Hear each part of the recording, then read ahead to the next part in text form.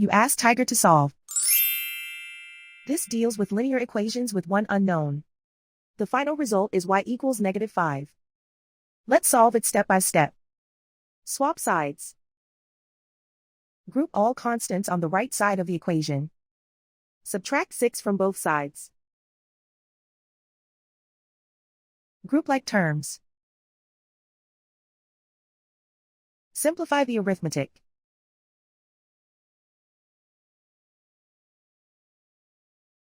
Isolate the y. Divide both sides by 2. Simplify the fraction.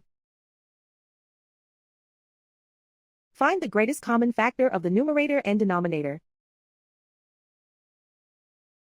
Factor out and cancel the greatest common factor. And so the final result is y equals -5.